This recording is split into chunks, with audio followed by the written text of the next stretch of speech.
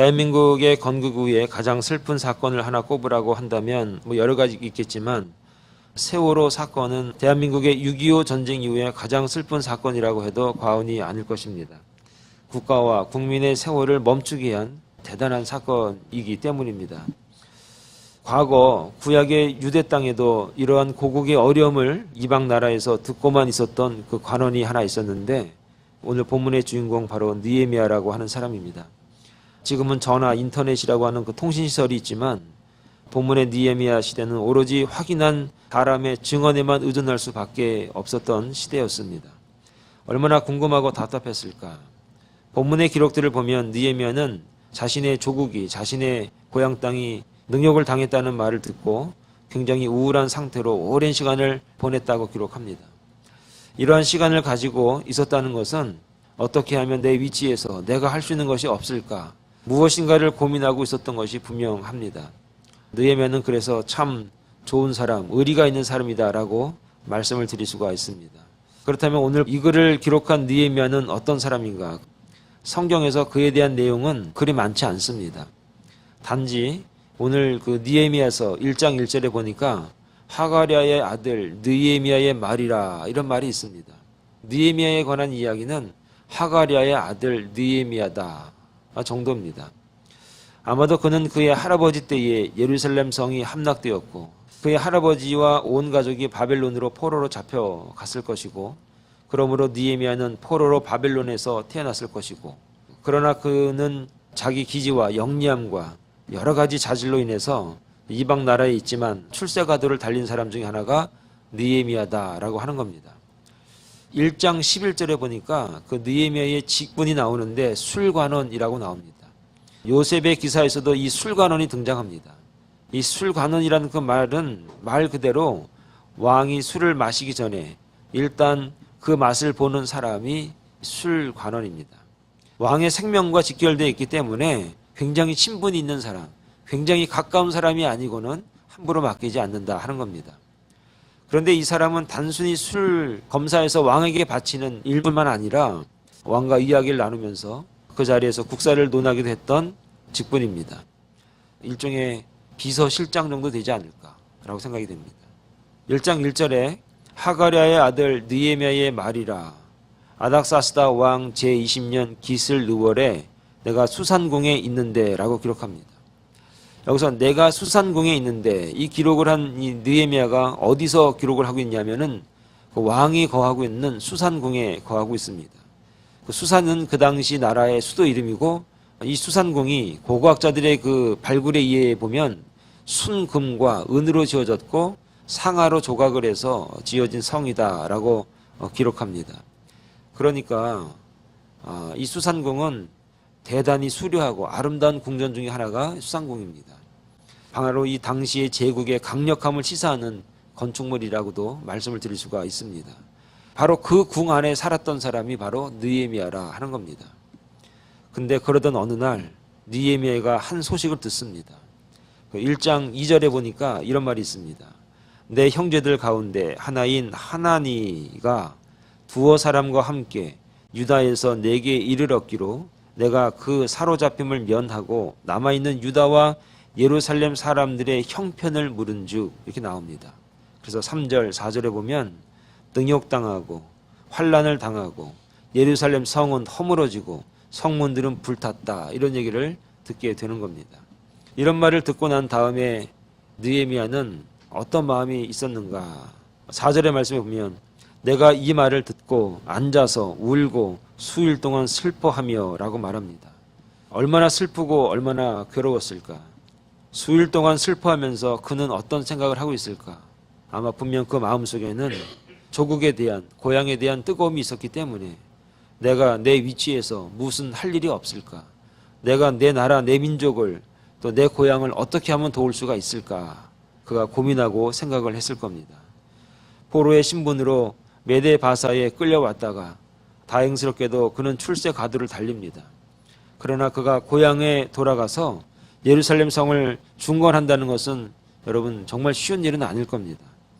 그럼에도 불구하고 그는 이 큰 일을 한번 시도해 보고자 준비를 합니다. 하나님의 일을 위해서 성전의 재건을 위해서 그가 우리에게 보여준 교훈은 무엇인가, 그것을 통해서 오늘 우리도 어떻게 하나님의 일을 하는 것인가를 깨달을 수 있는 그런 귀한 시간 되기를 바라겠습니다. 첫째, 느헤미야는 기도하기 시작을 했습니다. 1장 4절에 보면 이렇게 말합니다. 내가 이 말을 듣고 앉아서 울고 수일 동안 슬퍼하며 하늘의 하나님 앞에 금식하며 기도하여 그랬습니다.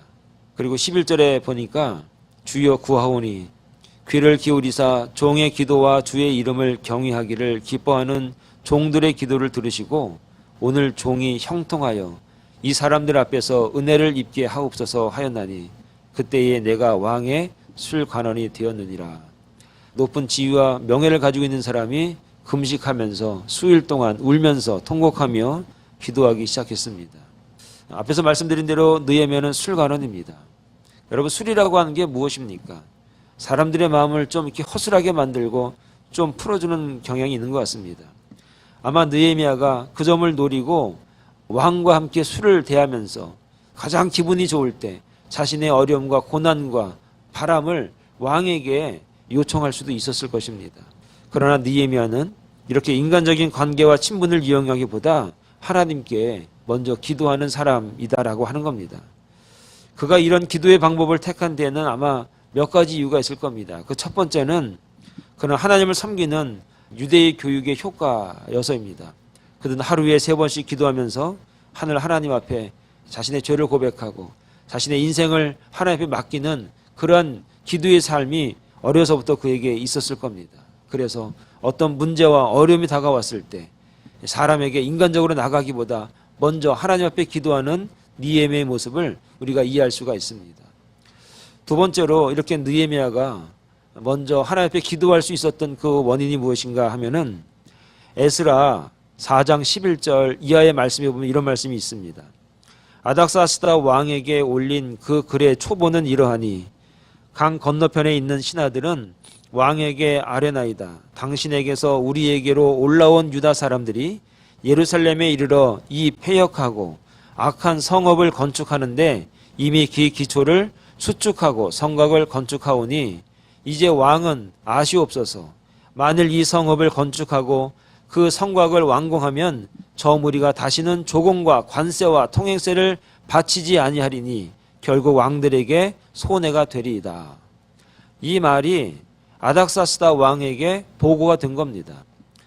본문 이전에 에스라서에 보면 아닥사스다 왕이 재임 기간에 2차에 걸쳐서 예루살렘으로 먼저 귀환한 사람들이 나옵니다.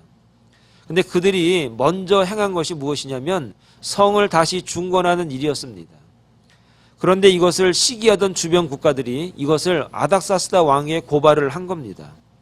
그래서 오늘 본문의 2장 10절 이후에 보면 그 고발자들의 이름이 나오는데 산발락과 도비아라고 하는 이름이 등장하게 되는 겁니다. 아닥사스다 왕에게 올라온 고발장의 내용은 평소에 이스라엘이 성읍을 수축하고 성곽을 재건하는 일을 못마땅해 여긴 일이기도 하지만 그러나 아닥사스다 왕은 이스라엘에 대한 이런 부정적인 선입견과 선지식을 갖게 하는 중요한 원인 중에 하나가 됩니다.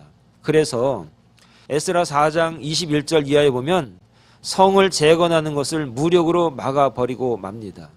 오늘 본문에 나와 있는 이 왕이 먼저 수년 전에 예루살렘 성을 다시 중건하거나 재건하거나 재건축하지 못하도록 무력으로 막았던 왕이 아닥사스다 왕입니다. 이런 왕인 줄 느헤미야가 너무나 잘 알고 있기 때문에 그가 술을 마시면서 왕이시여 저를 아시지 않습니까? 저를 믿어주십시오. 저에게 기회를 주십시오. 내 고향을 재건하게 도와주십시오. 이 말이 씨가 막히지 않을 거라는 것을 너무나 잘 알고 있었던 겁니다. 그래서 그는 어떻게 했는가? 하나님 앞에 이 문제를 놓고 기도할 수밖에 없었던 겁니다. 사랑하는 여러분, 안 될 것 같은 일이 기도함으로 말미암아 되어지고 이루어지고 해결되었던 적 여러분 혹시 경험한 적이 있습니까? 사실 저는 이 교회를 개척하면서 그런 일들이 종종 이루어지는 것을 보면서 참 하나님이 역사하신다는 것을 많이 경험하게 됐습니다. 제 친구 중에 저하고 같은 지역에서 같이 태어났고 같은 동네에서 같이 살았고 같은 학교를 다녔고 근데 그 아이는 태어날 때부터 2층 집이었고 잔디가 있었고 뒷뜰이 있었고 자동차가 있었고 아버지가 건물을 가지고 있었던 부자 아들이었습니다. 그 친구는 자연스럽게 공부를 참 게을리했습니다. 늘 돈이 풍족하게 많으니까 자연스럽게 오렌지족이 되었습니다. 근데 어느 날 이 친구가 결혼을 한다는 겁니다. 애를 낳습니다. 내가 대학교 2학년 때 벌써 돌잔치를 하는 겁니다. 그리고 사업을 시작했습니다. 그런데 어느 날 자기가 신학교를 간다고 저한테 전화가 왔습니다. 그래 다행이다라고 생각은 했으나 속마음으로는 네가 가봐야 뭐 하겠냐. 한 달이나 2달 다니다 말 거라고 생각이 들었습니다. 수년이 지났습니다. 그리고 제가 미국에 왔습니다. 또 전화가 왔습니다. 어디 있냐라고 물어보니까 필리핀에 지금 선교사로 가 있다는 얘기입니다. 제가 깜짝 놀랐습니다. 그래서 필리핀에서 뭐 하냐고 물어봤더니 그동안에 있었던 그 모든 재산들을 갖다가 다 정리해서 필리핀의 농장을 사서 필리핀 사람들을 임금을 주고 먹고 살게 하고 교회를 지어서 복음을 증거하고 그리고 남는 돈을 갖다가 필리핀에 보면 그 언청이 아이들이 많습니다. 그래서 1년에 2번씩 한국에 있는 의사들을 초빙해다가 그 아이들을 수술을 해주고 그리고 심하거나 어려운 아이들은 그 아이들 직접 데리고 한국에 가서 수술을 시켜주고 회복을 시키고 다시 필리핀에 데려오고 이런 사역을 하는 겁니다. 그리고 자기가 필리핀 국영방송에 나왔던 TV를 틀어주면서 나 이런 사람이야 라고 얘기를 하는 겁니다. 제가 굉장히 무시했던 그 친구가 어느 날 신학교를 간다 그러고 어느 날 선교사가 됐다 그러고 어느 날 TV에 나와서 자기 하는 사역을 소개하면서 하나님 앞에 완전히 헌신한 그 친구를 바라보면서 세상에 이런 일도 있구나. 안 될 것 같았고 될 수도 없을 것 같았었는데 어떻게 이런 일이 가능할 수 있었을까. 누군가가 박 선교사를 위해서 끊임없이 기도를 하고 있었던 겁니다. 아내가 기도했습니다. 그 딸이 기도했습니다. 그 부모가 그 선교사를 위해서 그 망나니 같은 그 선교사를 위해서 끊임없이 기도를 했습니다. 오늘 느헤미야가 하나님 앞에 기도한 것은 바로 이처럼 불가능하기 때문에 될 수 없다고 생각하기 때문에 어림없는 일이라고 생각하기 때문에 자신의 인간적인 방법을 동원하기보다 하나님 앞에 모든 것을 맡기고 모든 것을 의지하고 하나님 앞에 기도했던 느헤미야인 것입니다. 사랑하는 여러분, 저와 여러분들이 그동안에 안 될 거라고 이건 도저히 될 일이 아니라고 생각하는 것들 있을 겁니다. 아닥사스다 왕이 마음이 돌아선다는 얘기는 이거는 불가능한 일입니다. 절대로 될 일이 아닙니다. 그러나 느헤미야가 하나님 앞에 그 문제를 놓고 기도하고 금식하면서 하나님 앞에 눈물로 기도를 했던 것입니다.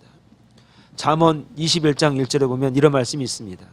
왕의 마음이 여호와의 손에 있음이 마치 봇물과 같아서 그가 임의로 인도하시느니라 라고 말씀이 있습니다. 왕의 마음이 여호와의 손에 있음이 마치 봇물과 같아서 그가 임의로 인도하시느니라. 느헤미야가 바로 잠언 21장 1절의 이 마음을 가지고 하나님 앞에 기도했을 것입니다. 그러던 어느 날 그 왕이 변화되고 그 왕이 마음을 열고 그 왕이 느헤미야의 얼굴을 바라보면서 그를 부르는 겁니다. 사랑하는 여러분, 오늘 저와 여러분들의 삶 속에서 정말 되지 않을 것이라고 생각했던 건 많습니다. 치료받지 못할 거라고 생각했던 것 우리 가운데 많이 있습니다. 우리 나름대로 결정을 내리고 그래도 기도하는 것들이 있을 것입니다. 오늘 느헤미야가 그랬습니다. 안 될 거라고, 될 수 없을 거라고. 박성교사가 그랬습니다. 제가 그렇게 믿었습니다. 그러나 어느 날 목사가 되고 선교사가 되고 지금은 정말 저하고도 비교할 수 없을 만큼의 정말 하나님이 기뻐하는 일들을 그렇게 감당하는 모습을 보면서 기도하면은 하나님 앞에 진실로 기도하면은 하나님이 응답하시는 하나님이라는 것을 오늘 우리가 체험하게 되는 것입니다. 오늘 저와 여러분들이 느헤미야를 통해서 우리가 기도하는 저와 여러분의 삶, 저와 여러분들의 인생이 되기를 바랍니다. 기도하시면 하나님께서 왕의 마음을 움직이시고 왕의 마음을 바꾸시는 역사가 있다는 사실을 여러분 믿을 수 있기를 바라겠습니다. 두 번째로 무한히 기다리고 있었습니다. 1장 1절의 말씀을 보면 이런 말씀이 있습니다. 하가랴의 아들 느헤미야의 말이라. 아닥사스다 왕 제20년 기슬루월에 내가 수산궁에 있는데 라고 말하고 있고 2장 1절에 보면 이렇게 말합니다. 아닥사스다 왕 제20년 니산월에 왕 앞에 포도주가 있기로 내가 그 포도주를 왕에게 드렸는데 이전에는 내가 왕 앞에서 수심이 없었더니 라고 기록합니다. 1장 1절과 2장 1절에 차이점이 있다면 1장 1절에는 날짜를 기록할 때 기슬르월이라고 말합니다. 지금의 11월에서 12월을 갖다가 기슬르월이라고 말합니다. 그 2장 1절에 보면 니산월이라고 말하는데 지금의 4월 봄쯤을 말하는 겁니다. 그러니까 예루살렘이 회파됐다는 얘기를 들었을 때가 11월이라면 니산월 2장 1절에 아닥사스다 왕 앞에 술을 갖다 드리려고 하는 그때가 4월달, 니산월 4월달입니다. 최소한 4개월 이상을 계속해서 금식하면서 밤을 새가면서 끊임없이 기도했다고 하는 증거가 오늘 우리가 볼 수가 있습니다. 사랑하는 여러분, 하박국 2장 3절에 보니까 이런 말씀이 있습니다. 이 묵시는 정한 때가 있나니 그 종말이 속히 이르겠고 결코 거짓되지 아니하리라. 비록 더딜지라도 기다리라. 지체되지 않고 정령 응하리라. 느헤미야가 기도한 다음에 그 마음속에 이 기도했으니까 하나님이 곧 내일 모레 빨리 응답이 되면 좋겠으나 하나님이 응답하시기를 기다리면서 끊임없이 기도하면서 기다리는 오늘 느헤미야의 모습을 우리가 한번 상상할 수 있어야 할 것입니다. 시편 37편 6절에 보니까 여호와 앞에 잠잠하고 참고 기다리라. 자기 길이 형통하며 악한 꾀를 이루는 자 때문에 불평하지 말지어다. 분을 그치고 노를 버리며 불평하지 말라. 오히려 악을 만들 뿐이라. 진실로 악을 행하는 자들은 끊어질 것이나 여호와를 소망하는 자들은 땅을 차지하리로다. 언제일지는 모르지만 잠잠히 참고 기다리라고 시편 기자도 우리에게 말씀하고 있습니다. 시편 40편 1절에도 보니까 내가 여호와를 기다리고 기다렸더니 귀를 기울이사 나의 부르짖음을 들으셨도다 라고 말씀합니다. 전도서 3장 1절에도 보니까 범사에 기한이 있고 천하 만사가 다 때가 있다 라고 말씀합니다. 사랑하는 여러분, 느헤미야가 기도하면서 기다렸습니다. 그러던 어느 날 그는 왕 앞에 잔을 들이다가 그의 얼굴에 근심했다고 기록하고 있습니다. 저는 사실 그 느헤미야의 얼굴에 근심이 있는 것이 정말 자연스러운 것이 아닌가라고 생각합니다. 우리가 혹 신앙생활 하면서 이런 말 많이 듣습니다. 다 맡기지 못해서 저렇게 얼굴이 수심이 가득하다고, 믿음이 없어서 저렇다고. 여러분, 느헤미야가 믿음이 없어서 그 얼굴이 근심이 있습니까? 여러분, 근심 있는 얼굴은 어떻게 보면 이 땅에 살아가고 있는 저와 여러분들의 자연스러운 모습이라고 우리가 말할 수가 있는 겁니다. 예수 믿는다고 해서 바보처럼 하하거리고 웃고 다니는 것, 그럴 수 있으면 얼마나 좋겠습니까? 그러나 느헤미야처럼 힘들고 어려우면 힘든 겁니다. 어려우면 어려운 겁니다. 고통스러우면 고통스러운 겁니다. 마음에 근심이 있어서 그 얼굴에 표현이 되면은 표현이 되는 겁니다.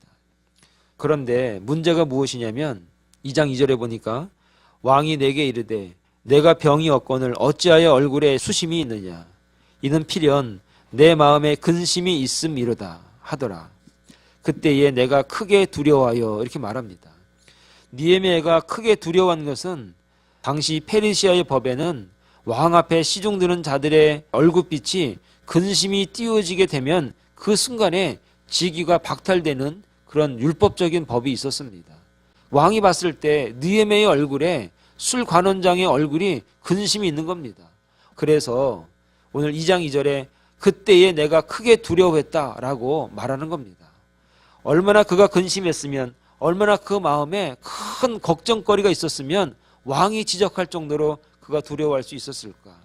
그런데 하나님은 근심 어린 느헤미야의 얼굴을 통해서 응답하시기 시작을 하셨습니다. 왕이 말합니다. 어찌 얼굴에 수색이 있느냐. 이 말이 무엇입니까? 네가 걱정하는 것을 보니까 내가 다 근심이 된다. 문제가 뭐냐? 그런 의도 아닙니까? 이때 4개월 동안 기도해온 느헤미야의 기도의 응답이 시작이 되기 시작합니다. 2장 3절에 보니까 이렇게 말씀이 있습니다. 왕께 대답하되 왕은 만세수를 하옵소서. 내 조상들의 묘실이 있는 성읍이 이제까지 황폐하고 성문이 벌타싸우니 내가 어찌 얼굴에 수심이 없사오리까. 이렇게 대답을 하는 겁니다. 사랑하는 여러분, 기도하고 기다리고 있으면 하나님께서 분명히 오늘 우리에게 기회를 주신다는 것이 오늘 본문이 우리에게 주는 그런 응답입니다. 성숙한 기도자는 기다릴 줄 아는 성도들입니다. 그런데 여러분, 기도하고 마냥 기다리고 있으면 하나님께서 그 모습을 어떻게 보고 있을까? 오늘 본문의 내용을 가만히 읽어보면 느헤미야는 기도하면서 그냥 넋놓고 있지 않았던 것 같습니다. 기도하면서 앞으로 나에게 기회가 오면, 앞으로 나에게 하나님이 열어주시는 방법이 생기면 내가 어떻게 대처하고 어떻게 이야기하고 어떻게 내가 하나님의 일을 감당해낼 수 있을까? 4절에 보니까 왕이 내게 이르시되 그러면 내가 무엇을 원하느냐 하시기로 내가 곧 하늘의 하나님께 묵도하고. 왕의 그 말이 떨어질 때 잠깐 눈을 감고 잠깐 하나님 앞에 묵도하면서 기도하면서 하나님 응답하시는군요. 감사합니다. 저에게 말할 수 있는 은혜를 주십시오. 아마 그가 그러지 않았겠습니까? 사랑하는 여러분, 정말 느헤미야는 하나님 앞에 기도하는 사람, 하나님 앞에 모든 것을 의지하고 하나님의 인도를 바랬던 하나님의 기뻐하는 성도, 기뻐하는 자였던 것 분명히 맞는 것 같습니다.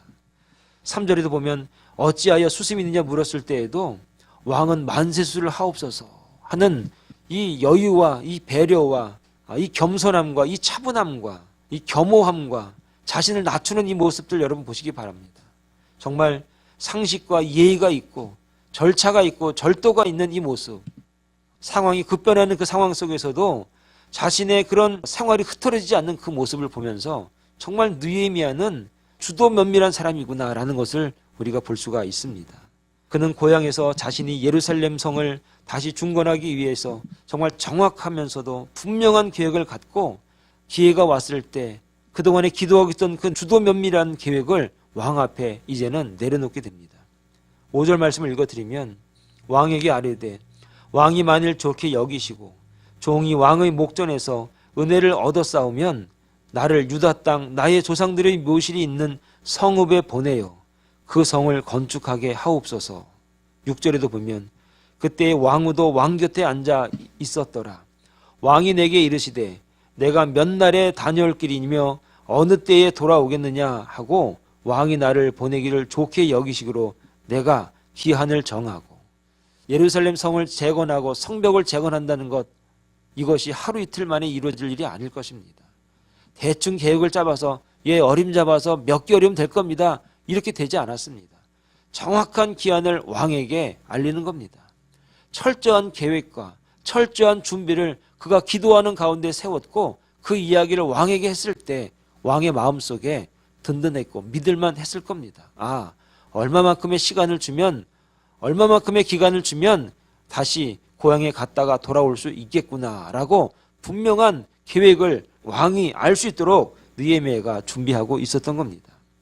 그리고 7절에 내가 또 왕에게 아뢰되 왕이 만일 좋게 여기시거든 강 서쪽 총독들에게 내리시는 조서를 내게 주사 그들이 나를 용납하여 유다에 들어가기까지 통과하게 하시고 라고 말합니다. 에스라서의 말씀에 보면 이 지역에 있는 사람들이, 유다 사람들이 예루살렘 성을 중건하지 못하도록 방해 공작을 했습니다. 그것을 미리 알고 있었던 느헤미야는 왕에게 조서를 좀 내려달라고. 이 조서라고 하는 게 무엇입니까? 왕의 직인이 찍혀 있는 확인증입니다. 그 조서를 통해서 그 지역 사람들이 반대하는 것을 일축시킬 수 있는 그 계획과 준비도 그가 하고 있었던 겁니다. 8절에 보면 또 왕의 살림 감독 아삽에게 조서를 내리사 그가 성전에 속한 영문의 문과 성곽과 내가 들어갈 집을 위하여 들보로 쓸 제목을 내게 주게 하옵소서 하심에 내 하나님의 선한 손이 나를 도우심으로 왕이 허락하고. 8절의 내용이 무엇입니까? 성전을 재건하려면 가장 필요한 것이 목재 아니겠습니까?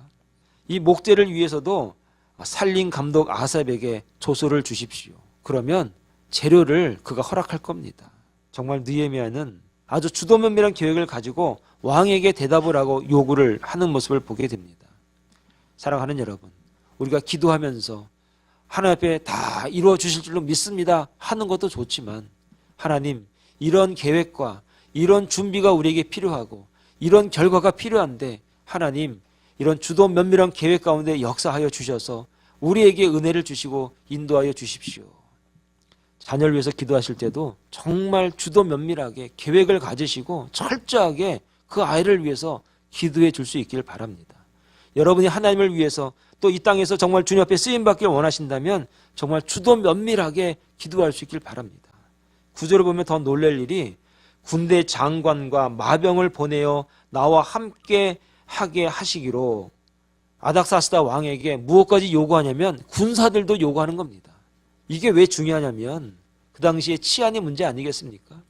성벽을 건축하고 다시 재건하기 위해서는 누군가가 공사하는 기간에 보호해주고 지켜줘야만 하는 겁니다. 물론 하나님이 보호하십니다. 하나님이 지켜주십니다. 그러나 느헤미야는 군대를 동원해서 실질적으로 그 지역에 그리고 일하는 사람이 안전하게 마음 놓고 일할 수 있는 시각적인 효과도 완전히 준비할 수 있는 계획을 느헤미야가 세우고 있었던 겁니다. 이렇게 주도 면밀하게 왕에게 자신의 계획을 이야기하고 또 하나님 앞에 기도했으니 하나님께서 하나하나를 인도하시고 역사하셨던 것입니다. 사랑하는 여러분, 오늘 저와 여러분들이 하나님 앞에 기도할 때 어떤 마음과 어떤 계획으로 기도하십니까? 느헤미야의 주도 면밀한 계획과 준비를 통해서 오늘 하나님의 응답을 받고 하나님의 일을 정말로 문제없이 해나갈 수 있는 저와 여러분 되기를 바랍니다. 하늘은 스스로 돕는 자를 돕는다 했습니다. 스스로 우리를 도와야 하나님이 돕는다는 말입니다. 느헤미야는 조국 고향 땅이 황폐되었습니다.